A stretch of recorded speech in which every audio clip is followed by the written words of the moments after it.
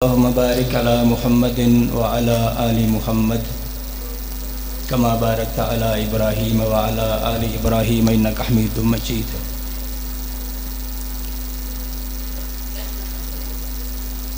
أما بعد فأعوذ بالله من الشيطان الرجيم. بسم الله الرحمن الرحيم. خذ العفو وأمر بالعرف وأعرض عن الجاهلين. صدق الله العظيم.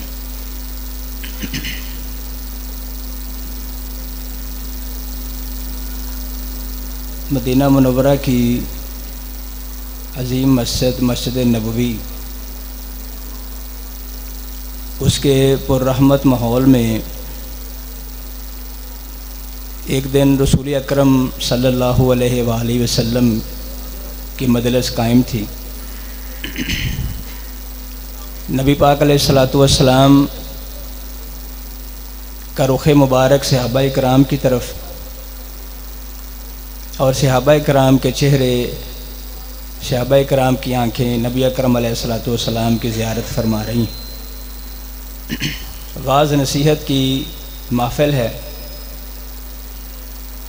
ایسے میں نبی اکرم علیہ الصلاۃ والسلام نے دیکھا کہ ایک بندہ مسجد کے دروازے سے اندر داخل ہوا. سرکار علیہ الصلاۃ والسلام نے فرمایا کہ جو بندہ دنیا میں کسی جنتی کو دیکھنا چاہے وہ اس بندے کو دیکھ لے کہ یہ دنیا میں چلتا پھرتا جنتی. وہ ماحول بڑا ہی خوبصورت تھا، بابرکت ماحول تھا کہ صحابہ کرام نبی اکرم علیہ الصلاۃ والسلام کی زیارت بھی فرمایا کرتے تھے اور انہیں جنت کی بشارت بھی ملا کرتی تھی. انہوں نے اس صحابی کے اس اعزاز کو سنا. ظاہر ہے کہ نبی اکرم علیہ الصلاۃ والسلام کی طرف سے بشارتیں جنت کی ملتی رہتی تھیں. انہوں نے ایک نظر دیکھا اور پھر مجلس جاری رہی. دوسرا دن ہوا، وہ صحابی پھر مسجد کے اندر داخل ہوئے. نبی اکرم علیہ الصلاۃ والسلام تشریف فرما تھے. تو سرکار نے فرمایا کہ جو بندہ کسی جنتی کو دیکھنا چاہتا ہے اس بندے کو دیکھ لے. تیسرے دن پھر یہی معاملہ ہوا. نبی اکرم علیہ الصلاۃ والسلام نے ایک ہی بندے کو تیسری مرتبہ جنت کی بشارت عطا فرمائی. صحابہ کرام تھوڑے سے متعجب ہوئے کہ یہ کیا معاملہ ہے. ایک بندے کے بارے میں نبی پاک علیہ الصلاۃ والسلام مسلسل 3 دن سے جنت کی بشارت دے رہے ہیں، اور نبی پاک علیہ الصلاۃ والسلام جنت کی بشارت حکم الہی سے دیتے ہیں کہ وما ینطق عن الہویٰ ان ہوا الا وحی یوحیٰ. نبی پاک علیہ الصلاۃ والسلام تو اللہ کی وحی سے بشارتیں دیتے تھے. نبی پاک علیہ الصلاۃ والسلام کے صحابی حضرت عبداللہ بن عمر بن عاص رضی اللہ تعالیٰ عنہ اٹھے اور اس صحابی کے گھر چلے گئے. فرمانے لگے بھی میں آپ کے گھر میں 2-3 دن رہنا چاہتا ہوں، اگر آپ مجھے اجازت دیں تو آپ کا میں مہمان بننا چاہتا ہوں. انہوں نے اجازت دے دی. وہ 3 دن ان کے گھر میں رہے. تیسرے دن وہ فرمانے لگے کہ میں اصل میں ایک خاص مقصد کے تحت آپ کے گھر میں نے قیام کیا تھا کہ آپ کے بارے میں رسول اکرم علیہ الصلاۃ والسلام نے 3 دن جنت کی بشارت دی. تو میں کو آپ کا وہ عمل دیکھنا چاہتا تھا، وہ نیکی دیکھنا چاہتا تھا کہ جس کی بنا پر اللہ تعالیٰ کے پیغمبر علیہ الصلاۃ والسلام نے زبان رسالت سے آپ کو جنت کی خوشخبری سنائی. لیکن مجھے کوئی ایسا عمل نظر نہیں آیا. تو آپ خود ارشاد فرمائیں کہ آپ کا کون سا عمل ایسا ہے کہ جس کو اللہ نے قبول فرمایا اور آپ کو یہ سعادت ملی. اس صحابی کی آنکھوں میں آنسو آ گئے. فرمانے لگے بھی میرا کوئی خاص عمل تو نہیں ہے، جو اللہ کی طرف سے چیزیں فرض ہیں بس وہی میں ادا کرتا ہوں. لیکن ایک بات مجھے اندازہ ہے کہ اللہ تعالیٰ نے میرا وہ عمل قبول فرمایا ہے اور یہ مجھے جو بشارت ملی ہے، سعادت ملی ہے، اس کا یہ سبب ہو سکتا ہے. انہوں نے کہا جی وہ سبب کیا، وہ بات کون سی ہے؟ فرمانے لگے میں جب رات کو اپنے بستر پر آتا ہوں تو اس وقت سونے سے پہلے پہلے میں اپنے دل کو ہر مسلمان کے بارے میں صاف کر لیتا ہوں۔ میرے دل میں کسی مسلمان کے بارے میں بغض، نفرت، حسد، کینہ نہیں ہوتا، میرا دل صاف اور اجلا ہوتا ہے۔ یہ بات نبی اکرم علیہ الصلوۃ والسلام تک پہنچی تو سرکار نے فرمایا کہ یہی عمل اس کا اللہ نے قبول فرمایا ہے۔ اس کا دل جو مسلمانوں کے بارے میں صاف ہوتا ہے، اس دل کی پاکیزگی کی وجہ سے اللہ تعالیٰ نے انہیں 3 دن جنت کی خوشخبری رسول اکرم علیہ السلام کی زبان سے ارشاد فرمائی۔ اس وقت ہمارے معاشرے کا جو المیہ ہے وہ یہی ہے کہ ہمارے دل دوسرے مسلمانوں کے بارے میں اس طرح صاف نہیں ہیں جس طرح ایک مومن کا دل دوسرے مسلمان کے بارے میں صاف ہونا چاہیے۔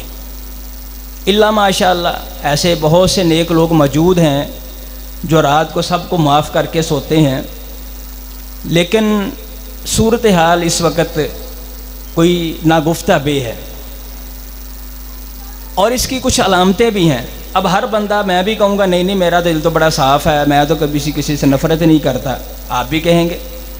اس کی کچھ علامتیں ہیں کہ جس سے محسوس یہ ہوتا ہے کہ دل جالوں میں اٹا ہوا ہے، دل کے گرد کوئی حصار بنا ہوا ہے، دل صاف نہیں ہے، اس میں کوئی معاملات ہیں۔ ان علامتوں میں سے علامت یہ ہے کہ جب عبادت کی جاتی ہے تو عبادت کا مزہ نہیں آتا ہے۔ انسان نے روزہ رکھا ہے، سرکار نے فرمایا کہ افطاری کے وقت مومن کو خوشی ہوتی ہے، افطاری کے وقت وہ لطف اور وہ مزہ اور وہ فرحت انسان محسوس نہیں کرتا جو ایک مومن کو خوشی محسوس ہونی چاہیے۔ سجدے کی حالت میں انسان اپنے رب کے سب سے زیادہ قریب ہوتا ہے، لیکن سجدہ کر کے اٹھتا ہے تو اسے اس بات کا احساس نہیں ہوتا کہ میں نے کون سا عمل سر انجام دیا۔ اسی طرح سجدے سے پہلے کی کیفیت تھی، سجدے سے اٹھ کر بھی وہی حال ہوتا ہے۔ عبادتیں مزہ نہیں دیتی، ایمان کا لطف نہیں آتا، مسجد کے اندر دل نہیں لگتا، نماز میں کھڑے ہیں تو توجہ یہ ہوتی ہے کہ میں جلدی جلدی سلام پھیرے تو میں اپنی دکان پہ چلا جاؤں، اپنی جاب پہ چلا جاؤں، اپنے گھر چلا جاؤں۔ سلام پھرتا ہے تو دل یہ چاہتا ہے کہ کاش اللہ 2 پر دے دے اور یہیں سے اڑ کر میں مسجد سے باہر چلا جاؤں۔ پیچھے لوگ نماز پڑھ رہے ہیں، پتہ بھی ہے کہ نمازی کے سامنے سے گزرنا یہ بہت بڑا گناہ ہے، لیکن اس گناہ کا ارتکاب بھی کر جاتے ہیں اور مسجد سے نکلنے کی کوشش کریں۔ یہ وہ علامتیں ہیں کہ جو علامتیں ہمیں بتاتی ہیں کہ دلوں کے اندر جالے ہیں، دل الجھے ہوئے ہیں، دل گدلے ہو چکے ہیں، اور دل شفاف آئینے کی طرح نہیں ہے جس طرح کہ ایک مومن کا دل ہونا چاہیے۔ اللہ تعالیٰ نے نبی اکرم علیہ الصلوۃ والسلام سے ارشاد فرمایا خذ العفو، کہ میرے محبوب آپ معافی کو تھام لیجئے، معافی کو عام کیجئے، معافی کو بانٹیے۔ اور ہمارے پاکستان کے بہت بڑے سکالر ہیں ڈاکٹر حماد لکھوی حفظہ اللہ تعالیٰ، وہ فرماتے ہیں کہ ہمارے استاد فرمایا کرتے تھے جب گھر سے نکلو تو اپنی دونوں جیبوں میں معافیاں ڈال کے نکلو۔ ایک جیب میں وہ معافی جو آپ نے لوگوں کو دینی ہے، اور ایک جیب میں وہ معافی جو آپ نے لوگوں سے لینی ہے۔ معافی دیتے وقت بھی جلدی کیا کرو، معافی مانگتے وقت بھی جلدی کیا کرو، تمہاری زندگی پرسکون ہو جائے گی۔ ایک مسلمان کا یہ شیوہ ہے، مسلمان کی یہ علامت ہے کہ وہ نرم دل ہوتا ہے اور وہ اپنے دل کو گدلا نہیں ہونے دیتا۔ بتقاضۂ بشریت غصہ بھی آتا ہے، کسی کی اذیت پر انسان پریشان بھی ہو جاتا ہے، کسی کی تکلیف پر انسان دکھی بھی ہو جاتا ہے، کسی کے رویے سے انسان کا دل ٹوٹ بھی جاتا ہے، لیکن مومن وہ ہوتا ہے کہ جو اس تکلیف کی گرہ نہیں بنا لیتا۔ یہ جملہ مومن اپنی زبان سے نہیں بولتا اسی اودے نال مرنا جینا مکا لیا ہے، ساڈا اودے نال مرنا جینا ختم ہو گیا۔ مومن کے زبان سے یہ جملہ نہیں نکلتا۔ مومن ہو اور وہ یہ بات کہہ دے میں نے ایک دوسرے مومن سے کبھی ملنا نہیں ہے، مومن ہو اور یہ بات کہہ دے کہ میں نے فلاں بندے کے ساتھ کبھی بات نہیں کرنی، مومن ہو اور یہ بات کہے کہ میں نے فلاں بندے کا کبھی چہرہ نہیں دیکھنا، مومن ہو اور یہ کہے کہ میں نے فلاں بندے کے جنازے میں بھی شرکت نہیں کرنی، مومن ہو اور بندہ یہ کہے کہ میرے سامنے بھوکا مر جائے لیکن میں نے کبھی اس کے منہ میں پانی کا قطرہ تک نہیں ڈالنا۔ یہ کٹھور دل، یہ سخت دلی، یہ مومن کی علامت نہیں ہے۔ مومن کا دل نرم ہوتا ہے، اور مومن اگر جذبات کو ٹھیس بھی پہنچے تو مومن معافی والا رویہ اختیار کرتا ہے، مومن معاف کرنے میں دیر نہیں کرتا۔ اور یہ بھی بات یاد رکھیں، ہمارے استاد پروفیسر یاسین ظفر صاحب فرماتے ہیں حفظہ اللہ تعالیٰ، جامعہ سلفیہ کے پرنسپل کہتے ہیں انسان کسی کے رویے سے اگر انتقام لینا چاہے اس کا دل نہیں بھرتا۔ ایک بندے نے ایک گالی دی ہے، اب اس کو ایک گالی دیں گے آپ کی طبیعت مطمئن نہیں ہوگی۔ آپ ایک گالی کے بدلے 2 گالیاں دیں گے، طبیعت پھر بھی مطمئن نہیں ہوگی۔ آپ ایک کے بدلے 10 گالیاں دے دیں لیکن آپ کا من پھر بھی نہیں بھرے گا۔ لیکن معافی ایک ایسی چیز ہے کہ آپ ایک دفعہ کسی کو معاف کر دیں، آپ کا دل مطمئن ہو جائے گا، آپ کی زندگی پرسکون ہو جائے گی، آپ کی زندگی کے وہ پریشانیاں جو آپ ایک ایکسٹرا بوجھ اپنے دماغ کے اوپر لیے بیٹھے ہیں لوگوں کے رویوں کا، وہ بوجھ اتر جائے گا۔ اس لیے ایک مسلمان کی ذمہ داری ہے کہ وہ معافی والا رویہ اختیار کرے۔ نبی مکرم علیہ الصلوۃ والسلام کی پاک زندگی ہمارے لیے اسوہ حسنہ ہے، اور نبی اکرم علیہ الصلوۃ والسلام کی زندگی کا خلاصہ یہ ہے کہ نبی اکرم علیہ الصلوۃ والسلام لوگوں کو معاف فرمایا کرتے تھے۔ نبی اکرم علیہ الصلوۃ والسلام نے کبھی بھی اپنے دل پہ گرہ نہیں باندھی۔ نبی پاک علیہ السلام کی ایک حدیث سنیں اور اس حدیث مبارکہ کا لطف لیں، اور اس سے جو میں بات اخذ کرنے والا ہوں کبھی تنہا بیٹھ کر سوچئے گا، آپ کا ایمان تازہ ہوگا۔ نبی پاک علیہ الصلوۃ والسلام نے فرمایا میرے صحابہ تم آپس میں ایک دوسرے کی جو منفی باتیں ہیں میرے سامنے نہ کیا کرو۔ انسان ہونے کے ناطے انسان سے غلطی ہو جاتی ہے، خطا ہو جاتی ہے، اونچ نیچ ہو جاتی ہے، کبھی لفظ تلخ ہو جاتے ہیں، کبھی لہجے تلخ ہو جاتے ہیں، باہم چپکلش بھی ہو جاتی ہے۔ فرمایا کہ تم ایک دوسرے کی منفی باتیں، نیگیٹو باتیں میرے سامنے نہ کیا کرو۔ نبی علیہ السلام نے اس کے ریزن یہ بتائی، فرمایا کہ میں دنیا سے اس حال میں جانا چاہتا ہوں کہ میرا دل تمہارے بارے میں صاف ہو، میرے دل میں آپ میں سے کسی کے بارے میں کوئی ایسا معاملہ نہ ہو، ایسی کوئی الجھن نہ ہو، بلکہ میرا دل صاف ہو۔ یہ کون کہہ رہے ہیں؟ کونین کے تاجدار کہہ رہے ہیں صلی اللہ علیہ وآلہ وسلم۔ اور کن کے بارے میں کہہ رہے ہیں؟ اپنے صحابہ کے بارے میں کہہ رہے ہیں۔ جب نبی اکرم علیہ السلام فرما رہے ہیں میرے صحابہ کے بارے میں نیگیٹو بات میرے تک نہ پہنچایا کرو، میں اپنا دل صاف رکھنا چاہتا ہوں، تو ہم کون ہوتے ہیں صحابہ اکرام کے بارے میں اپنے دل کو الجھنوں میں ڈالنے والے اور اپنے دل میں میل ڈالنے والے؟ جب نبی اکرم علیہ السلام صحابہ کرام کے بارے میں اپنا دل صاف رکھنا چاہتے ہیں تو آج کا مسلمان ان کے بارے میں دل صاف کیوں نہیں رکھنا چاہتا؟ آج کا مسلمان صحابہ کرام کے بارے میں جج بن جاتا ہے، ان کو یہ کام نہیں کرنا چاہیے تھا، ان کو کرنا چاہیے تھا، انہوں نے یہ کیوں کیا، انہوں کو یہ نہیں کرنا چاہیے تھا۔ ہم صحابہ کرام کے بارے میں جج نہیں ہیں، ان کے انسانی معاملات بتقاضۂ بشریت جو معاملے تھے اللہ نے ان کے معاملے کلیئر کر دیے ہیں۔ اب رسول اکرم علیہ السلام کی سنت یہ ہے کہ صحابہ کرام کے بارے میں اپنے دلوں کو صاف رکھا جائے۔ نبی پاک علیہ الصلوۃ والسلام کو اسوہ، دلوں کو صاف رکھیں، دلوں کو اجلا رکھیں، اپنے دل کو صاف اور شفاف آئینہ بنا کے رکھیں۔ نبی اکرم علیہ الصلوۃ والسلام یہ مکہ فتح ہوا، سرکار علیہ الصلوۃ والسلام فاتحانہ انداز میں تشریف لے کے گئے۔ آواز تھوڑی بہت پھکی آواز، مہربانی۔ مکہ فتح ہوا، نبی مکرم علیہ الصلوۃ والسلام فاتحانہ انداز میں مکہ مکرمہ میں داخل ہوئے تو صحابہ کرام چونکہ ایک جوش بھی تھا، ولولہ بھی تھا، اور بہت سی چیزیں صحابہ کے ذہن میں بھی تھی۔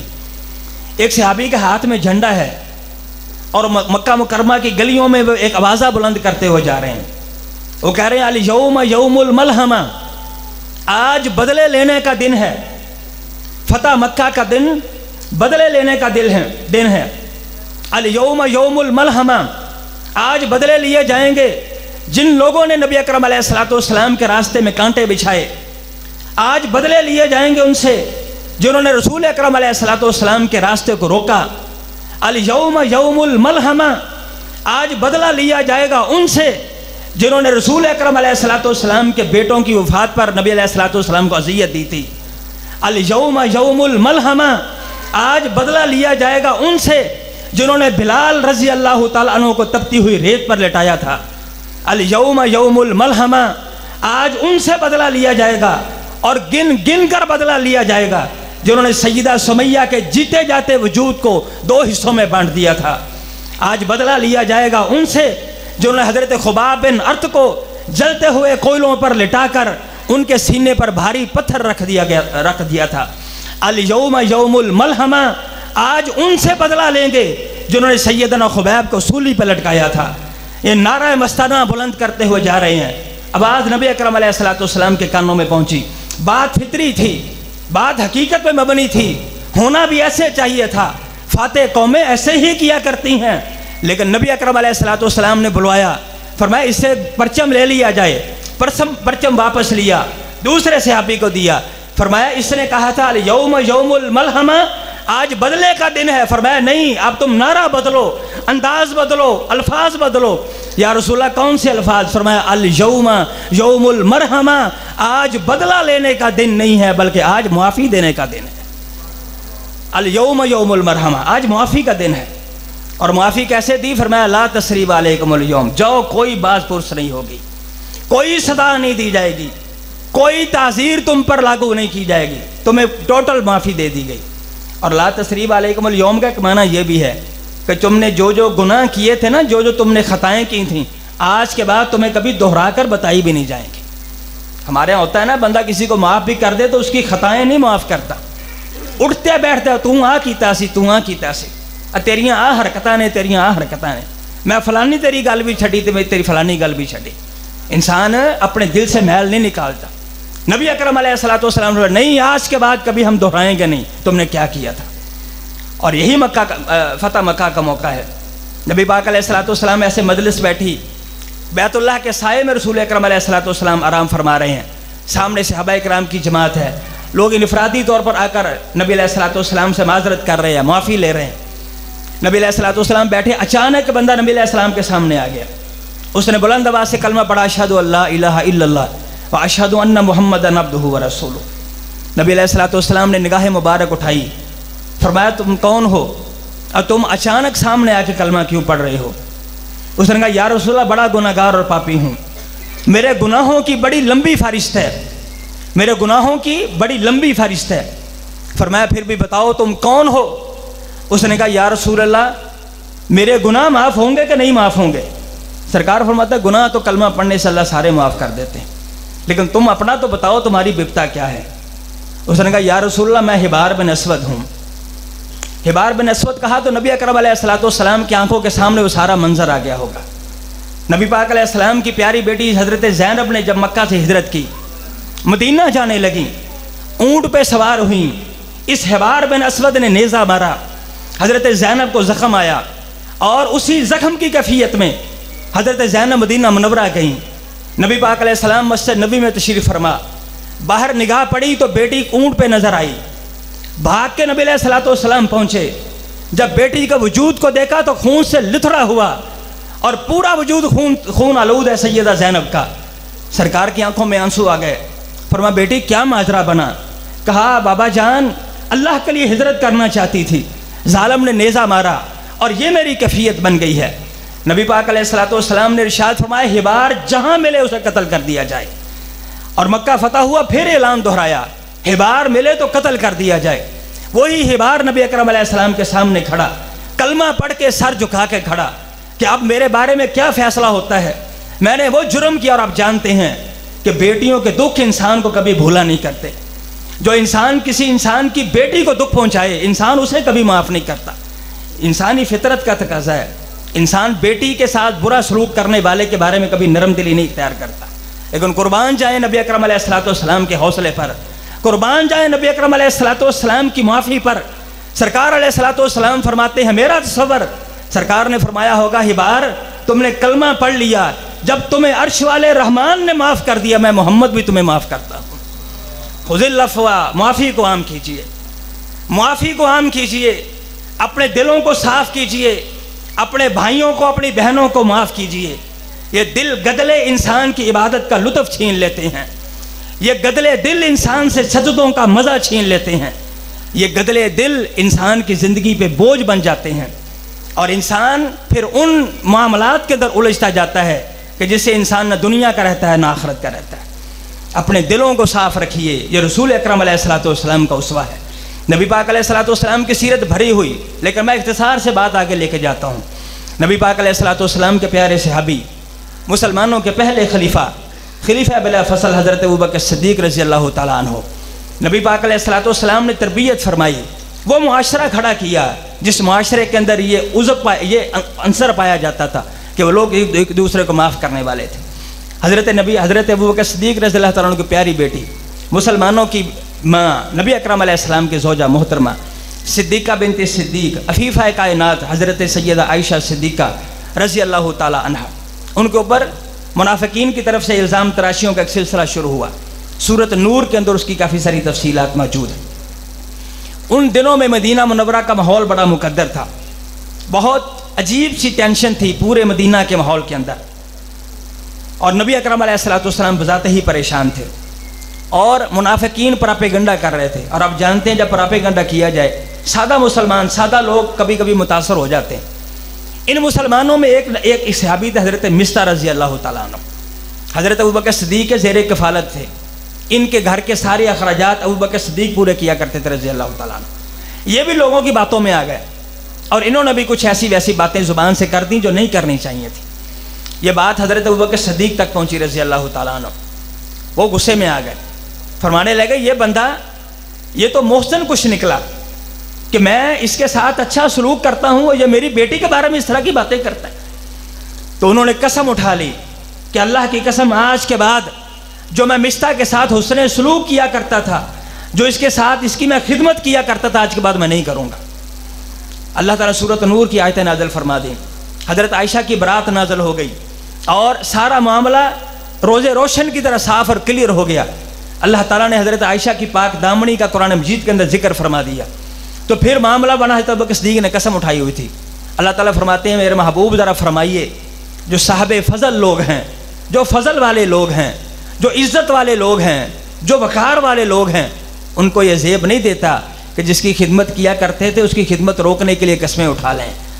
بل یعفو ولیصفحوا، معاف کر دیا کرو، تصفیہ کر دیا کرو۔ الا تحبون ان یغفر اللہ لکم، تم اس بات کو پسند نہیں کرتے کہ تم لوگوں کو معاف کرو، عرش والا رحمان تمہیں معاف کرے گا۔ حضرت ابوبکر صدیق نے اسی وقت اپنے ہاتھوں کو بلند کیا، کہا کہ اپنی قسم کا کفارہ دیتا ہوں، اور میں یہ پسند کرتا ہوں میرا اللہ مجھے معاف کرے۔ آج کے بعد جس طرح میں مصطح کی پہلے خدمت کیا کرتا تھا، اب ویسے ہی میں اس کی خدمت کیا کروں گا۔ وَلْيَعْفُوا وَلْيَصْفَحُوا، معافی عام کیجئے، ایک دوسرے سے تصفیہ کیجئے، صلح و صفائی کر لیجئے، اس لیے کہ جب انسان کسی کو معاف کرتا ہے تو اللہ اس انسان کو معاف کرتا ہے۔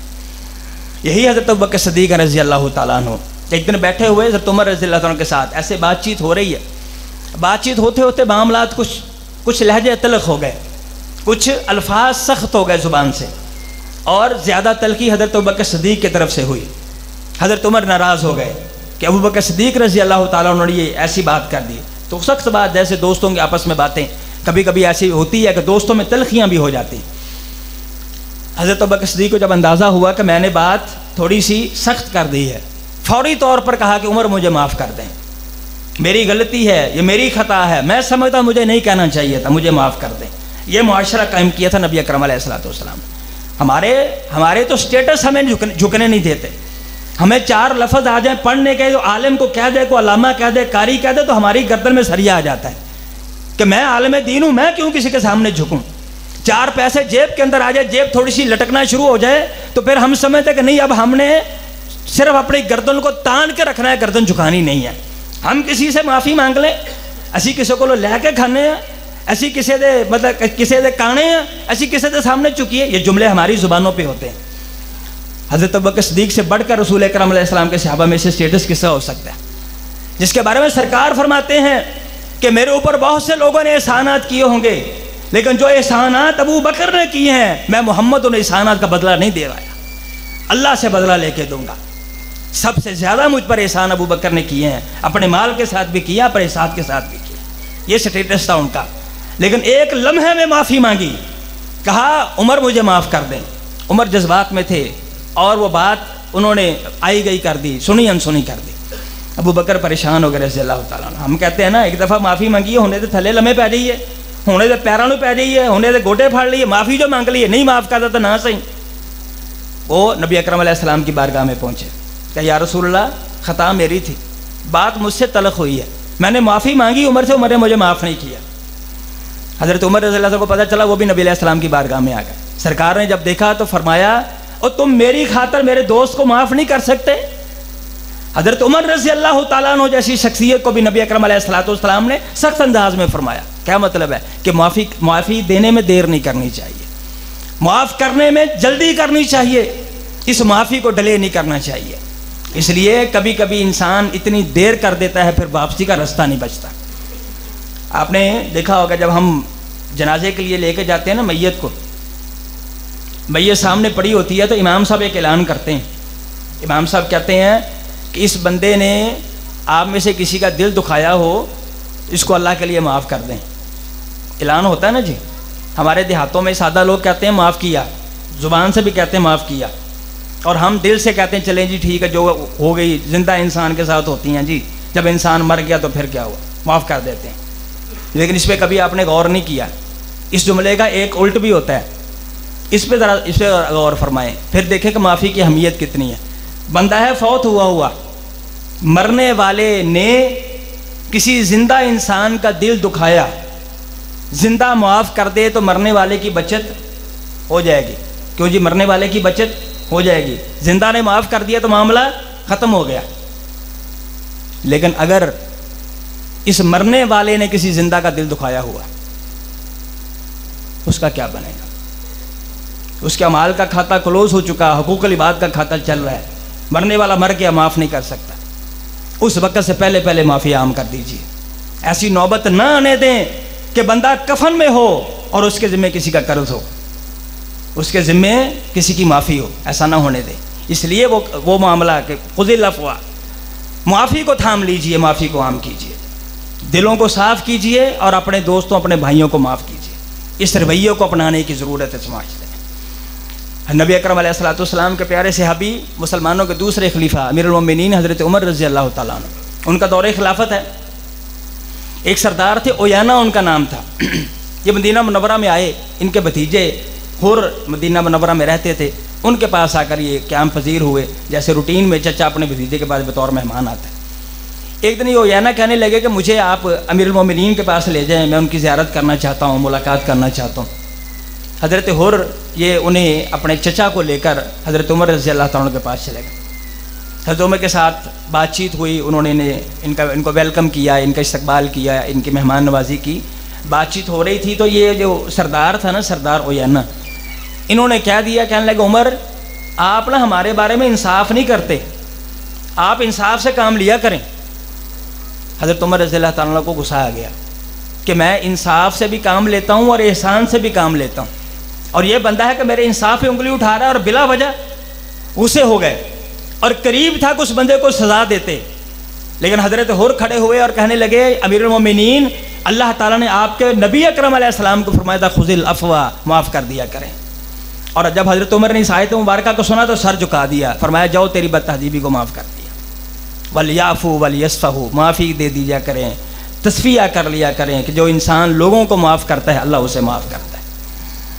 حضرت عثمان غنی رضی اللہ تعالیٰ عنہ مسلمانوں کے تیسرے خلیفہ اور نبی پاک علیہ السلام کے دوہرے داماد ہیں حضرت عثمان غنی رضی اللہ تعالیٰ عنہ. جب آخری ان کے دن ہے، محاصرہ ان کا ہوا ہے، اس وقت چاہتے تو وہ پوری طرح ان لوگوں سے بدلہ لے سکتے تھے. ان کے پاس پاور بھی تھی، اختیار بھی تھا، ان کو اجازت بھی تھی، لیکن انہوں نے اس رویے کو اختیار کیا کہ ان لوگوں کو جو کلمہ پڑھنے والے تھے، فرماتے تھے میں اپنی ذات کی وجہ سے اپنے نبی کے شہر کو مدینہ سے، میں مدینہ منورہ کو خون آلود نہیں کر سکتا. وَلْيَعْفُوا وَلْيَصْفَحُوا، آپ معافی کو عام کریں، آپ تصفیہ کر لیا کریں، صلح و صفائی کر لیا کریں، ایک دوسرے کو گلے سے لگا لیا کریں اور ایک دوسرے کے قریب ہو جایا کریں، اور اپنے لہجوں کو تلخ نہ کریں، اپنے لہجوں کو اتنا کڑوا نہ کر لیں کہ اس کی کڑواہٹ پھر اگلا بندہ اپنے دل پر محسوس کرے. کر سب یہاں تشریف لائیں، آ جائیں تشریف لیں، آ جائیں. جزاک اللہ. قاری صاحب تشریف لے آئیں، انشاءاللہ یہ آپ کو آپ کی امامت کروائیں گے انشاءاللہ. میں 2-4 منٹ میں کوشش کروں گا بات کو ختم کر لوں. قاری بن احمد ناوز صاحب بھی تشریف لے آئیں، انشاءاللہ نماز وتر ہوگی، اس کے بعد ان کا بیان اور دعا ہوگی انشاءاللہ العزیز. حضرات گرامی، میں عرض کر رہا تھا ہمیں اپنے لہجوں کو نرم کرنا چاہیے، اپنے دلوں کو نرم کرنا چاہیے۔ مومن کا دل نرم ہوتا ہے اور مومن معافی والے رویوں کو ہمیشہ اختیار کرتا ہے۔ مومن کٹھور نہیں ہوتا، سخت دل نہیں ہوتا۔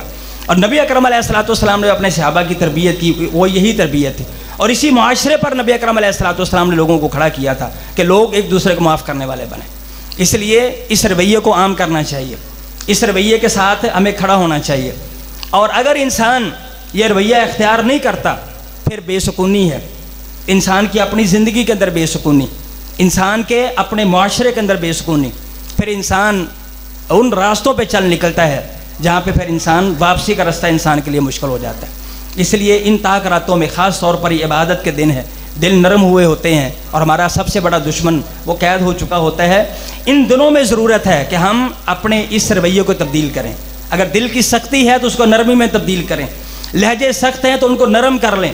اگر دلوں کے اندر جالے کہیں بنے ہوئے ہیں، دلوں کے اندر نفرتیں ہیں، دلوں کے اندر کینے ہیں، اگر دلوں کے اندر ایسے معاملات ہیں تو آج ضرورت ہے، آج ہمیں اس کے لیے آسانی ہے کہ ہم اپنے دلوں کو صاف کر لیں۔ کیوں جی، دلوں کو صاف کرنا چاہیے نا جی، کسی کو سینے سے لگانے سے گریز نہیں کرنا چاہیے۔ عبادتیں ریاستیں فارغ ہو جاتی ہیں۔ نبی پاک علیہ السلام نے فرمایا لا یحل لمسلم ان یہجر اخاہ فوق ثلاث لیال، کسی مسلمان کے لیے حلال ہی نہیں ہے اپنے مسلمان بھائی سے 3 دن سے زیادہ ناراض رہے۔ دل دکھ گیا ہے کوئی بات نہیں، تکلیف آئی ہے کوئی بات نہیں، ذہنی اذیت پہنچی ہے 3 دن تک کی اجازت ہے۔ اور سوموار جمعرات کو اعمال پیش ہوتے ہیں اللہ کے دربار میں، اور جب اعمال جاتے ہیں ان لوگوں کے جن کے دل آپس میں بغض سے بھرے ہوئے، اللہ فرماتا ہے دعہما، چھوڑ دو ان دونوں کو، ان کے اعمال زمین اور آسمان کے درمیان لٹکتے رہیں گے۔ انہوں نے روزے رکھے، تلاوتیں کی، قیام کیا، تراویح پڑھی، جو بھی کیا سب ایک جگہ پہ رکھ دو، جب تک صلح نہیں کرتے ان کے اعمال میرے ہاں پیش ہی نہیں ہو سکتے۔ اعمال انسان کی عقارت ہو جاتے ہیں اگر انسان کے دل کٹھور ہوں، اگر دلوں کے اندر نفرت ہو تو انسان کے اعمال برباد ہو جاتے ہیں۔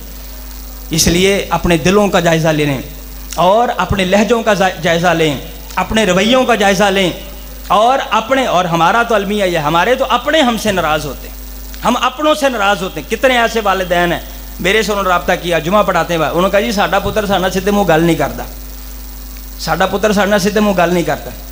یہ ہمارے معاشرے کی، پھر ہم ڈھونڈتے ہیں جی ہمیں اللہ کی رحمتیں نہیں نظر آتی۔ جب انسان صاف دل والا ہو تو یہ شب قدر ہے نا، شب قدر 5 راتیں، ان میں سے جو شب قدر ہوتی ہے اللہ تعالیٰ قرآن مجید میں ارشاد فرماتے ہیں، نبی پاک علیہ الصلوۃ والسلام نے ارشاد فرمایا فرشتے نازل بھی ہوتے ہیں اور فرشتے مسافر بھی کرتے ہیں، فرشتے مسافر بھی کرتے ہیں، ان کے مسافر کرتے ہیں جن کے دل صاف ہوتے ہیں۔ جب انسان کا دل صاف ہو، اپنے دوست سے ملنے گیا، کوئی کام نہیں ہے، اپنے ذاتی غرض سے اللہ کے لیے، اللہ فرشتہ مقرر فرما دیتے ہیں۔ نبی پاک علیہ السلام فرماتے ہیں جب انسان اپنے دوست سے جب تک مل کر گھر واپس نہیں آتا، فرشتہ اس کے لیے رحمت اور بخشش کی دعا کرتا رہتا ہے۔ اس لیے آئیے فرشتے ہماری خدمت پہ لگ جائیں گے اگر ہمارے دل صاف ہوں، اور اللہ کی رحمتیں ہمارے گرد ہوں گی، اللہ کی رحمتیں ہم پر نازل ہوں گی، اللہ کی برکتیں ہمارے گھروں میں نازل ہوں گی۔ اللہ تعالی ہمیں اپنے دلوں کو نرم کرنے کی توفیق عطا فرمائے، ہمارے اپنے لہجوں کو نرم کرنے کی توفیق عطا فرمائے۔